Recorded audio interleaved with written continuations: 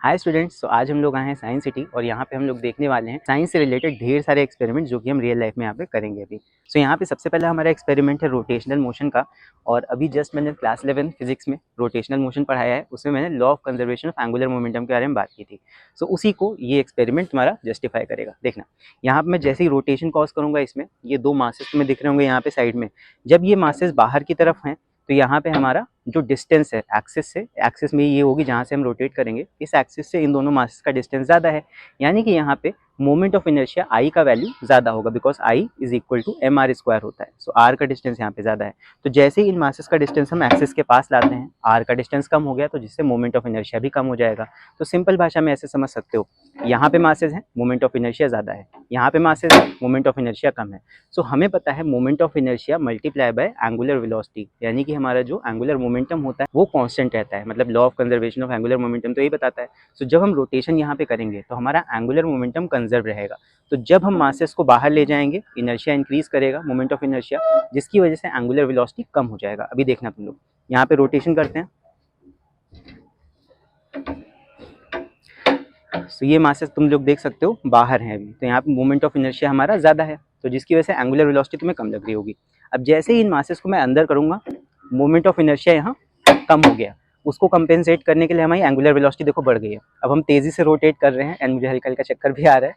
सो तुम लोग देख सकते हो, जल्दी से मैं स्लो डाउन करूँगा स्पीड को, उसके लिए बस मुझे इन मासेस को साइड में कर देना है। सो आई होप ये चीज़ तुम लोग को समझ में आ रही होगी थोड़ा थोड़ा, कि यहाँ पे जैसे ही हम मासेस को साइड में कर रहे हैं, मोमेंट ऑफ इनर्शिया इंक्रीज कर रहा है, जिसकी वजह से एंगुलर वेलोसिटी कम हो रहा है। एंड इसको जैसे ही अंदर करते हैं, देखो एंगुलर वेलोसिटी बढ़ गया, क्योंकि मोमेंट ऑफ इनर्शिया यहाँ पे हमारा कम हो गया। ठीक है, तो एक चीज़ कम होगी तो दूसरी चीज़ बढ़ेगी। आई होप ये वाला एक्सपेरिमेंट समझ में आ गया होगा सभी बच्चों को। अब इसके बाद हम लोग देखते हैं कोई और एक्सपेरिमेंट। सो अभी हम लोग देखने वाले हैं अपना दूसरा एक्सपेरिमेंट, एंड ये एक्सपेरिमेंट हमारा है लिवर्स के ऊपर बेस्ड। तो यहाँ पे तुम लोग देख सकते हो, यहाँ पे 3 लिवर्स फिक्स्ड हैं और तीनों ही तुम्हारे फर्स्ट क्लास लिवर्स हैं। यहाँ पे तीनों लिवर में बस फर्क ये है कि तीनों का एक्सिस अलग अलग डिस्टेंस पे लगाया गया है, मतलब फलक्रम तुम्हारा अलग अलग डिस्टेंस पे है। जैसे कि जो लिवर अभी मैं होल्ड की हूँ, सबसे लंबा एफर्ट आर्म तुम्हारा इसी का है, मतलब एफर्ट आर्म की दूरी देख सकते हो सबसे लंबी इसमें है। तो एफर्ट आर्म सबसे लंबा है, यानी कि सबसे कम एफर्ट हमें इसमें ही लगाना पड़ेगा उस लोड को उठाने के लिए। तो यहाँ पे देख सकते हो मैं एक हाथ से भी उस लोड को उठा सकता हूँ, तो बहुत कम एफर्ट लगा के भी हम उस लोड को यहाँ उठा सकते हैं।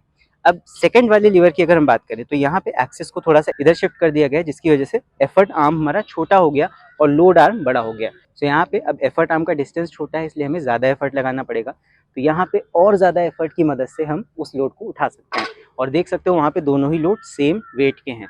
उसके बाद फिर आते हैं तीसरे पे। अब यहाँ पे एक्सिस थोड़ा और इधर शिफ्ट कर दी गई है, जिसकी वजह से यहाँ पे एफर्ट आर्म और छोटी हो गई है, तो हमें और ज़्यादा एफर्ट अप्लाई करना पड़ेगा सेम लोड को उठाने के लिए। तो यहाँ पे अगर मैं पूरा अपना वेट भी रख दूँ जो कि देख सकते हो मैंने पूरा अपना वजन रख दिया है, तब भी वो वाला लोड टच से मस नहीं हुआ है। सो यही हमें समझाता है लिवर्स का principle, that effort into effort arm is equal to load into load arm. So I hope तुम लोग को ये कॉन्सेप्ट पूरा समझ में आया होगा। जब तुम लोग कॉपी पेस्ट के न्यूमेरिकल सॉल्व करते हो तो वहाँ पे यही सारा प्रिंसिपल अप्लाई होता है। अब सब बच्चे मुझे कमेंट्स में नीचे लिखकर जरूर बताएंगे ये कौन से क्लास के तीनों लिवर्स हैं। तीनों एक ही क्लास के लिवर्स हैं, देखते हैं कौन बता पाता है। सो इसके बाद में अभी हम लोग देखने वाले हैं अपना थर्ड एक्सपेरिमेंट, एंड अगेन ये वाला एक्सपेरिमेंट हमारा पुली के ऊपर बेस्ड है। सो एक एक्सपेरिमेंट अभी हमने और देखा था पुली के ऊपर, जहाँ मैंने अपना ही खुद का वेट ऊपर लिफ्ट किया था, बट यहाँ पे हम लोग इन वेट्स को लिफ्ट करने वाले हैं with the help of these pulleys. तो यहाँ पे 3 पुली सिस्टम्स हैं, ब्लॉक एंड टैकल सिस्टम्स हैं। देख लो, एक ब्लॉक ऊपर है और एक ब्लॉक नीचे लगा हुआ है। 2 ब्लॉक्स में यहाँ पे पुलिस में ही सेटअप है, हर एक सिस्टम में। यहाँ पे भी है, यहाँ पे भी ऊपर एक ब्लॉक देख सकते हो, नीचे एक ब्लॉक देख सकते हो, बस यहाँ पे नंबर ऑफ पुलिस का ही फर्क है। पहला वाला सिस्टम जो है, इसमें देखो 2 पुलिस ऊपर है, नंबर ऑफ पुलिस।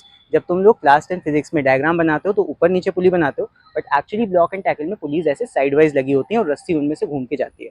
तो 2 पुली ऊपर है और यहाँ पे 2 पुली नीचे है, तो यहाँ पे 4 टोटल पुलिस हो गई, यानी कि मैकेनिकल एडवांटेज कितने का हो गया, 4 का। एन ही होता है तुम्हारा मैकेनिकल एडवांटेज। तो यहाँ पे हम इस वाले वेट को जब उठाएंगे तो हम इस वजन के वेट को 4 से डिवाइड कर सकते हैं, और उतना डिवाइड बाय 4 वाला ही एफर्ट हमें लगाना पड़ेगा। मान लेते हैं ये वजन अगर 20 किलो का है, 20 किलो का है भी, मैंने अभी देखा वहाँ पे लिखा भी हुआ है 20 केजी का। तो यहाँ पे हमें सिर्फ 5 केजी का ही एफर्ट लगाना पड़ेगा टू लिफ्ट दैट लोड। ठीक है, बहुत ही आसानी से एक हाथ से भी हम इसको उठा सकते हैं। चलो अभी हम लोग आते हैं सेकंड वाले ब्लॉक एंड टैकल सिस्टम पे। तो यहाँ पे नंबर ऑफ पुलिस तुम्हारी पुलिस उतनी ही है, लेकिन रस्सी कितनों के ऊपर से गई है वो भी मायने रखता है। तो यहाँ पे ऊपर एक पुली यूज में है और नीचे तुम्हारी एक पुली यूज में है, तो यहाँ पे एन तुम्हारा 2 है, यानी कि इस 20 किलो के वजन को उठाने के लिए मुझे एटलीस्ट 10 केजी का वेट लगाना पड़ेगा, 10 केजी का एफर्ट लगाना पड़ेगा। सो उठाते हैं इसको। थोड़ा सा ज़्यादा यहाँ पे एफर्ट लगेगा और 10 kg के एफर्ट के साथ हम इस वाले लोड को भी ऊपर उठा लेंगे। सो आई होप समझ में आया होगा ये।